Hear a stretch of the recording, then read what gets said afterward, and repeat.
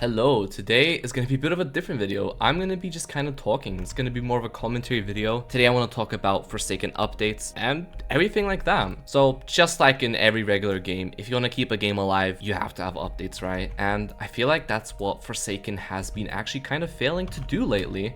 Oh, that was beautiful. Forsaken hasn't really had an update in quite some time, right? As of this recording, the last update was the Noli update, which was, I'm pretty sure, almost a month ago. Forsaken has been getting, I guess you could say, boring. Like, yeah, you can max out Noli, but after that, the game just kind of gets boring again.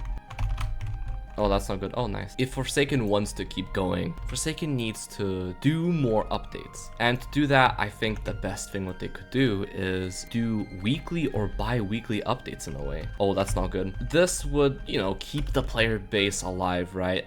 There's a bunch of other games that stick to the weekly or bi-weekly updates. For example, Grow a Garden does it, and it works really well, but hey, that is Grow a Garden. I don't even know. I think Steal a Brain Rot does it. All those like the games that are doing really well, right? And weekly or bi-weekly updates do sound like a lot for the dev team, but I feel like for the Forsaken team, it is doable, it's possible, especially if you don't have massive updates every week. You could do simple updates, maybe like a few skin batches every, a few skin batches every couple weeks, every week, right? And then maybe every month you have a big update. For example, like we had the Noli update, right? Maybe next month could be guests coming out or something along those lines. All right, we're gonna go after this Elliot. Like, I'm one of the people who really don't like when they release a really big update, when they only do big updates. It just feels kind of a hassle. Like, you just gotta wait a bit. And also those updates are so overwhelming. The update turns out to cost over like 200,000 or even 100,000 monies, right? And it's just so overwhelming.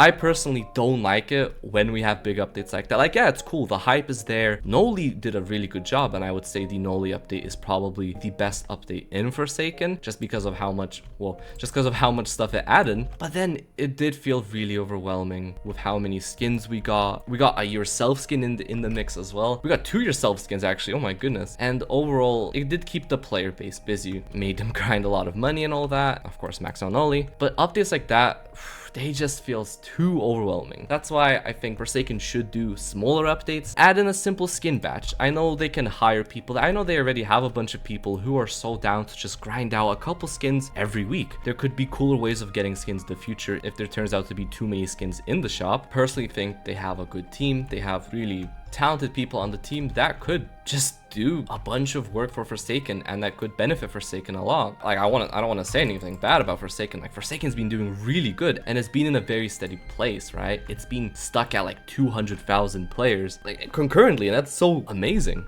Okay, so here are the most popular games in Roblox. We have Grow a Garden, 99 Nights, Steal a Brain Rot. We have all of these, and Forsaken is on the top place, right? And Forsaken has just stayed there for so long. So Forsaken is doing something right. But I do feel like if Forsaken kept on getting those updates, it could go from here to here, somewhere around 99 Nights in the Forest. I'm pretty sure. I have never played 99 Nights in the Forest, but I'm pretty sure this game also gets those weekly updates. If we take a look at the charts for Forsaken as well, we can't be saying anything. It was receiving players. The Noli update came out, got to 1 million, and then it dropped down, of course. But it still did really good. It did better before the Noli update. It just proves that updates do help Forsaken a lot. It keeps the players engaged and everything like that. Remember, this dip happened almost a month ago, and now it's just been still doing really good, but it could do even better. Taking a look at the skins, yeah, there are a bunch of skins already. Like, look at Elliot's. Like, look how many skins there are. There are a bunch of different ways how they could manage to put skins in the game. They could keep putting them in the shop, or they could have different ways of obtaining them, right? We could have more badge skins, or we can even have newer ways to get skins. All right, going on to the Forsaken wiki, going to the update log. Let's go to 2025, and a really good month, I'm pretty sure, was February. In February, they released their first chapter up. This was simply a big update that added a bunch of emotes, a bunch of skins too, and just added so many cool things, changes and everything like that. A really, really big update. They were kind of on a roll because I'm pretty sure after this update, they started doing weekly updates. Here we go. In February as well, we got updates. This was part 1 of 3. This one This one's about Dusakar. We got the Dusakar killer survivor finally. We got Dusakar skins. We got a few changes, and that's all you need for an update. We even got a small little update. This one's just a filler update, if I'm being honest, but the next one's gonna have TAF. And even for a filler update, they had a whole carnival. They added a whole map. They added a bunch of skins, an emote as well, and I think, yeah, it looks like Yorick's also got a few changes. We even got another update the week later, which was Kaiser's balance changes. Something simple as that, right? Balance improvements, but we even got a few skins. To put it in perspective, think about it. First week, we got this up. Next week, we got more skins. It was so cool. A week later, we got Andrew's skin update. We got more skins. This was so cool. It was so hype waiting for the update every, on the weekend, Friday, Saturday, somewhere around there, we would get a Forsaken update, adding a couple skins to explore, to check out, to grind for if you couldn't afford them, and even a few changes, for example. Another week later, we got TAF. We got a whole new survivor. I know survivors are a little bit easier to make, but still, think about it. All in the span of March. This was all in March. Yeah, 4 updates all in March. That was crazy. They were on a full-on roll. Now, of course, I think most of you know the reason why the update slowed down. It was because of a bunch of drama to do with Forsaken and everything like that. Forsaken's free now. Forsaken has been drama free for the most part, and I see no harm in going back to those weekly updates. So personally for me, February and March were probably the best months for Forsaken. We had so much content. They already feel a little bit nostalgic as well, and it was awesome. Right now I feel like Forsaken is going on like a down spiral, just because the game's been feeling a little bit boring lately. There's not much to do except for, I don't know, I guess in my case, just grind for golden skins. I don't want to wait another month or two for a killer and a survivor to come out in one update. I would rather have mini updates throughout the month, keeping me busy. And no, this video isn't meant to diss on the developers for not updating the game. They are doing so much for the game, and I appreciate it so much.